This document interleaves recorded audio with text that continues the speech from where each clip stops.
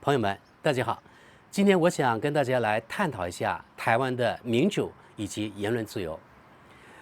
有这个想法，因为是前天我看见一个视频，是台湾的网红钟明轩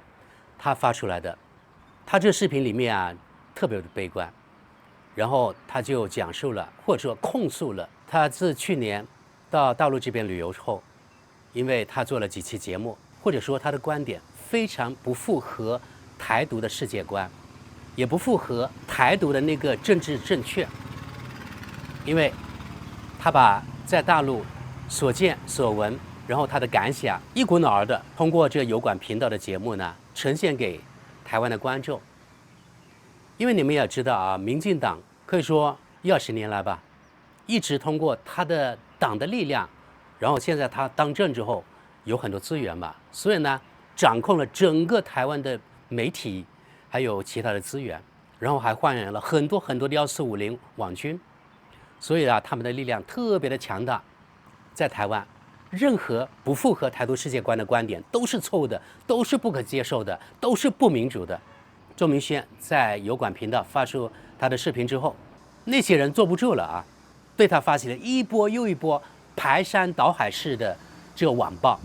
导致了钟明轩一度精神特别的崩溃，甚至呢，在前天的视频当中，他暴露出他真的有自杀的想法。这就是台式的民主以及台式的言论自由。我的理解是，既然你是民主的，那就应该是多元，对不对？能容忍不同的声音，容忍不同的观点啊。可是台式的民主似乎不是这样，只有符合民进党的，只有符合台独的观点才是民主的，才是自由的，而其他一切都是通共的、亲共的、亲中的，都是不可接受的，都是独裁的。你看，这就是台式民主以及台式自由。我知道他被网暴很多，但是前天我看见他这个视频之后，还是让我感到意外。想不到，在号称亚洲民主灯台的台湾，竟然发生这种离奇的一波又波网暴的这种事件。真的，我认为呢，是亚洲之耻，是人类之耻。对台湾另一个网红的网暴，我们也知道，前段时间台湾的馆长来大陆进行直播，然后他也是镜头里面没有任何的剪辑，把大陆的所见所闻全部呢通过他的镜头，而且是直播镜头呈现给台湾人民。之后呢，台湾那些人，特别是民进党的，还有那些台独人，他们坐不住了，因为他们给台湾人构筑的那些信息茧房突然之间轰然倒塌，所有的谎言在馆长还有在钟明轩还有其他台湾网红啊，还有台湾博主的镜头前，可以说这个谎言不攻自破。但是为了维护他们的一个是利益，另外一个是他们的权利，这个民进党豢养的这些网军啊，对这些台湾博主，凡是他们正面报道大陆的，或者实事求是报道大陆的，那都对他们进行一波又波的那个网暴，大有不把他们置于死地绝不罢休的态势。好在周明轩老娘还有馆长先生他们不屈服。周明轩在前天视频当中后半部分还说到，你不是说我亲中吗？你不是说我爱中国吗？爱中华文化吗？那我老娘我就是爱，怎么样？然后他就宣布，我现在就去中国大陆，去贵州铜仁的云社村，他专门给出了那个村的名字。从台北先飞到深圳，深圳飞到贵阳，然后从贵阳搭高铁到铜仁市，可能很多台湾人都不知道有铜仁这个地方。然后呢，从铜仁高铁站打车到云社村，因为那是一个少数民族的村落，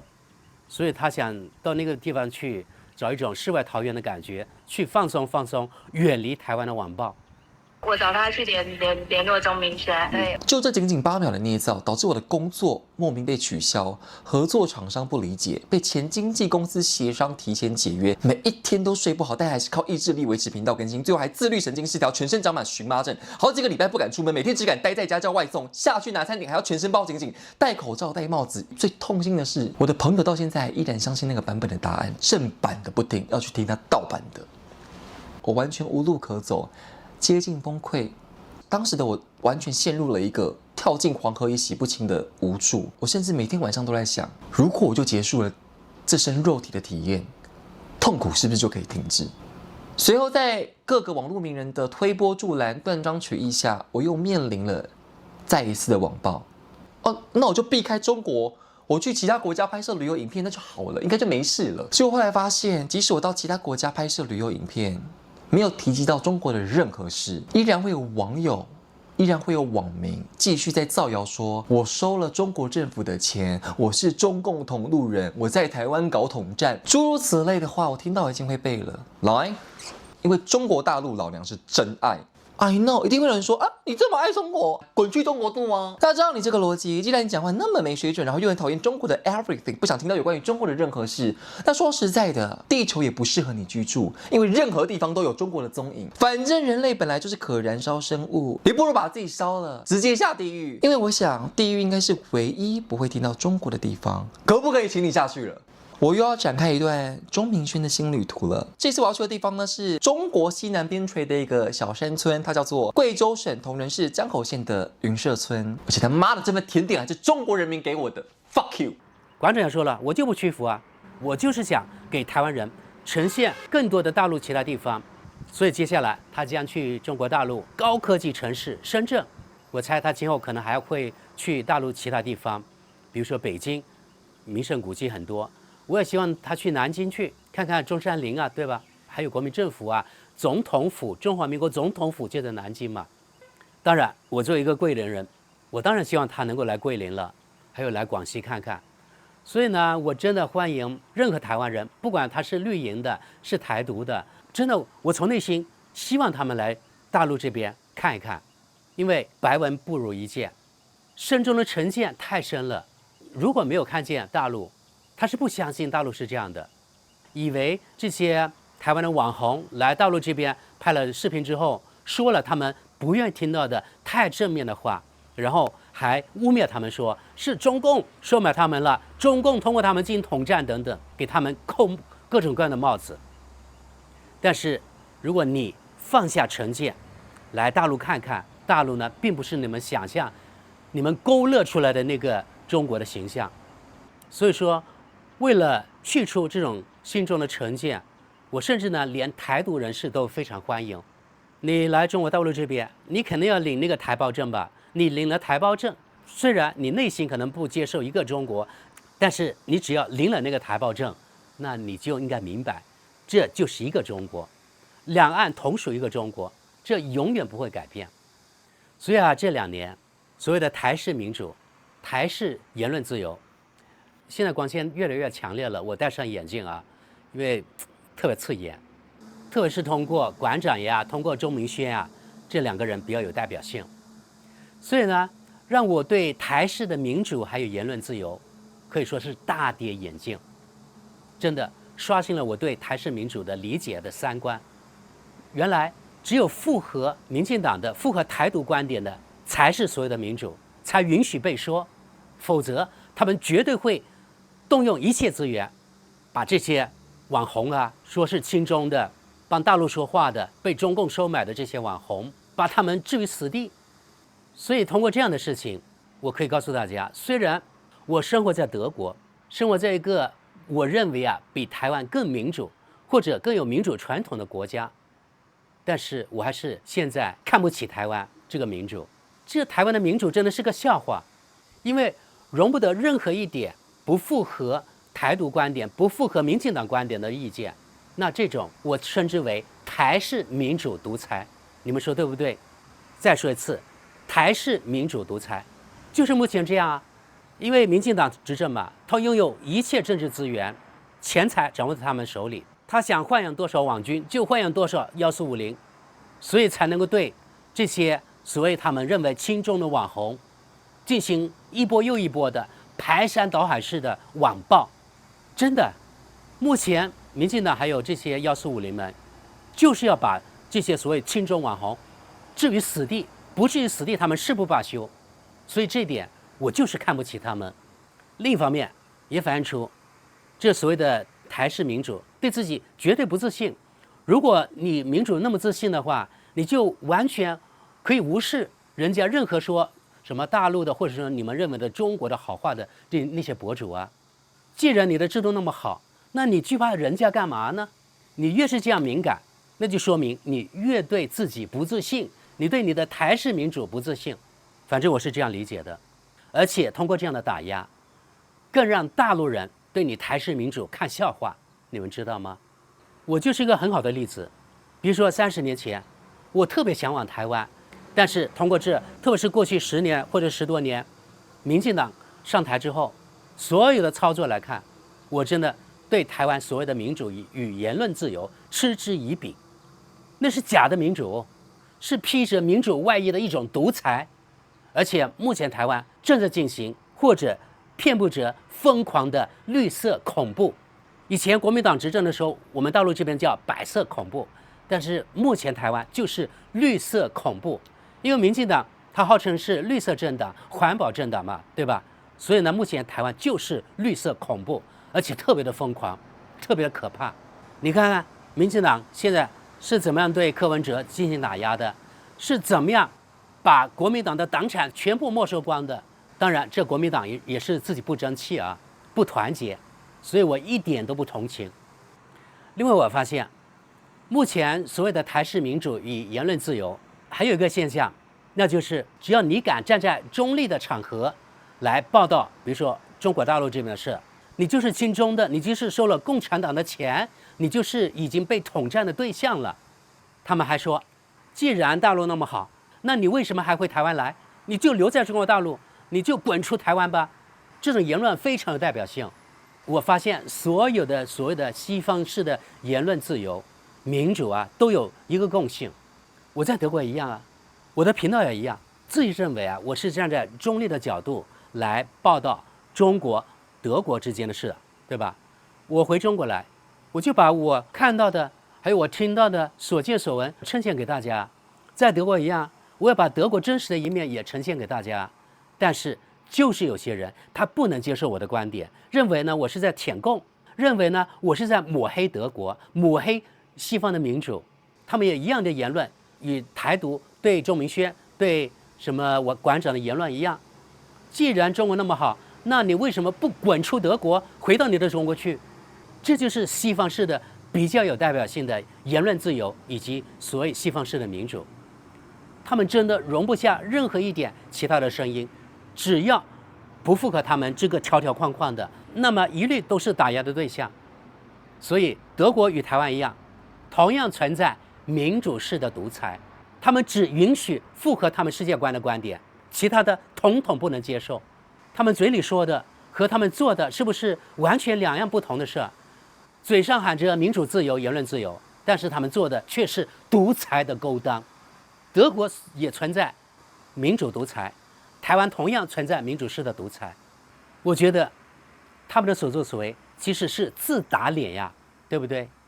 我觉得我的内心要比周明轩更强大，我不会因为你们对我有什么指责，你们叫我滚开德国，然后呢滚回中国来而生气，甚至呢想到自杀。没有，我绝对不会。而且我要跟你们这些人斗争到底，看看最后谁会获胜。我作为一个自由人，这是我的本事啊！我想待在德国，我就待在德国；我想回中国来，我就回中国来呀！气死你们呀！他们当中就呛我的人啊，就说你为什么不滚出德国，滚回中国来？那些人，其中有一些呢是海外那些人啊，他们润出中国去了，或者呢他们当时比如说8964的时候，他们犯了错，或者他们做了一些对不起祖国的事，然后呢他们永远不能再踏入祖国之门。他们就心中就升起了恨，就恨这个国家，恨这个政府啊。然后任何其他人，凡是呢站在这个角度说话的、中立报道中国的，那么这些人都是他们的敌人，就是他们民主专政的对象。而我就是其中一个，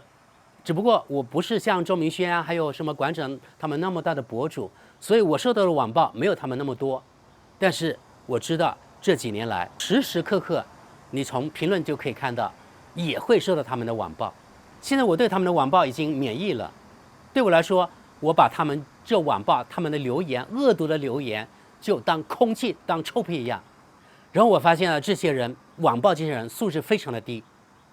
我相信呢，晚报周明轩啊，还有馆长他们那波什么青鸟们啊，一样，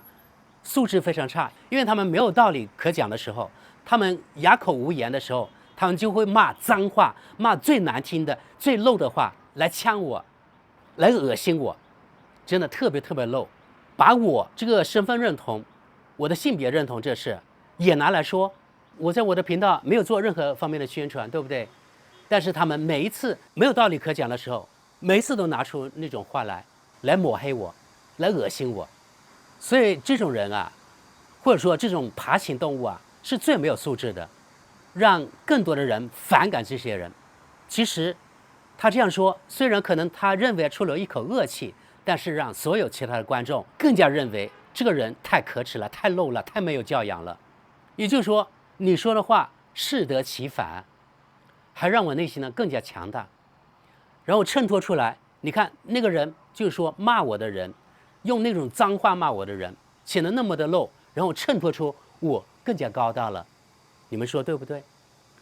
所以啊，这样的爬行动物啊，可能是太蠢了吧，没有智商，智商太低了。台湾那个政府豢养这样的网军，花那么多钱，起到的是反作用啊，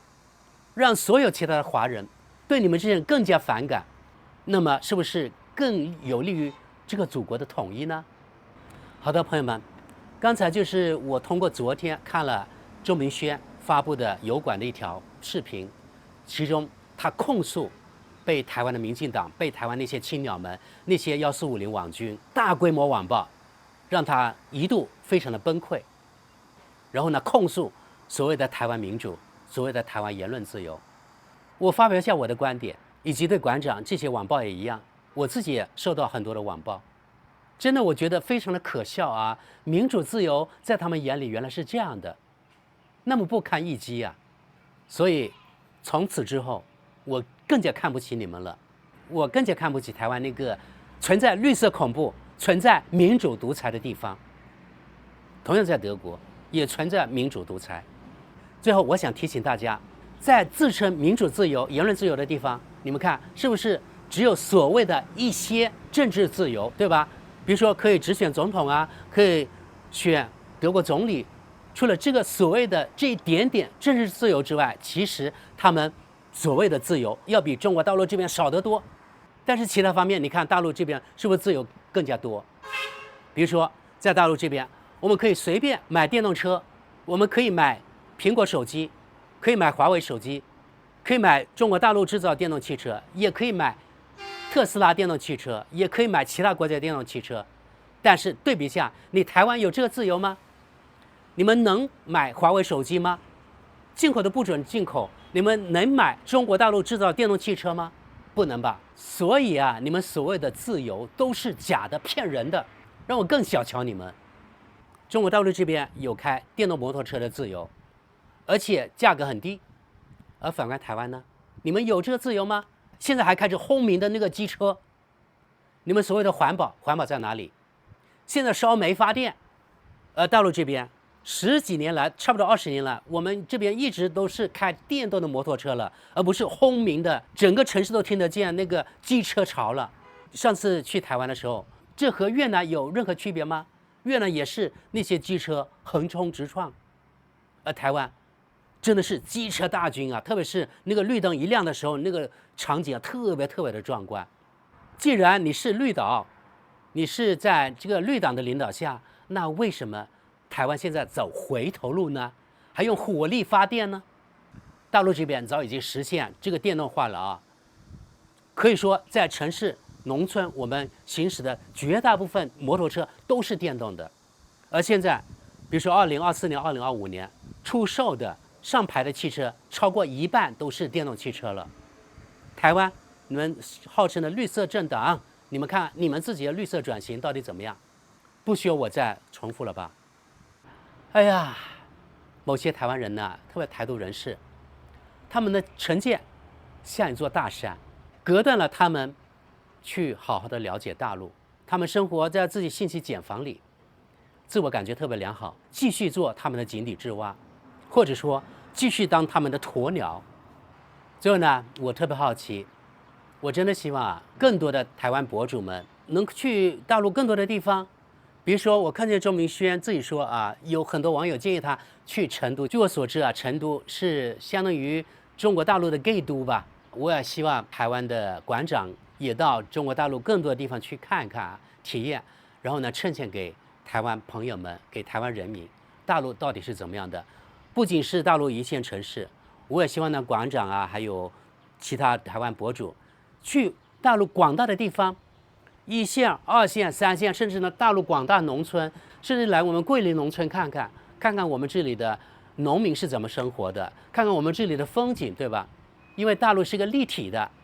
不仅只有1线城市，对吧？而且我可以告诉你们啊，大陆这边绝对安全，另外物价超低。大陆这边有一点至少与德国不同的地方，那就是这个高铁网啊四通八达，而且高铁的发车频率特别高。你看，从广州到我们小县城这里啊，它一天一个方向就30趟高铁，也就是说大约每20分钟就1趟啊。你看，这只是个小县城哦。如果是比如说1线城市、2线城市，那频率就更高了。比如说到深圳，可能每2、3分钟就有1趟高铁，真正的是公交化。而德国绝对没有这样的频率。德国呢，如果是大城市之间，可能每半小时有1趟，大概平均只有这样，比来我们这个小县城，甚至呢更少。我不知道台湾啊，我欢迎呢台湾朋友们在下面留言，告诉我们，比如说从台北到高雄这2个最重要的南北城市之间，你们的高铁发车的频率是怎么样的？所以在大陆这边啊，生活非常的方便，交通也绝对方便，而且价格也不贵。反正我去过世界上那么多的国家和地方，我发现从性价比来说，大陆这边是最高的，花更少的钱能够享受更多的服务，这就是我为什么特别喜欢回我们大陆的原因。好的，朋友们，今天节目就到这里，欢迎大家点评啊，感谢大家，我们下期见。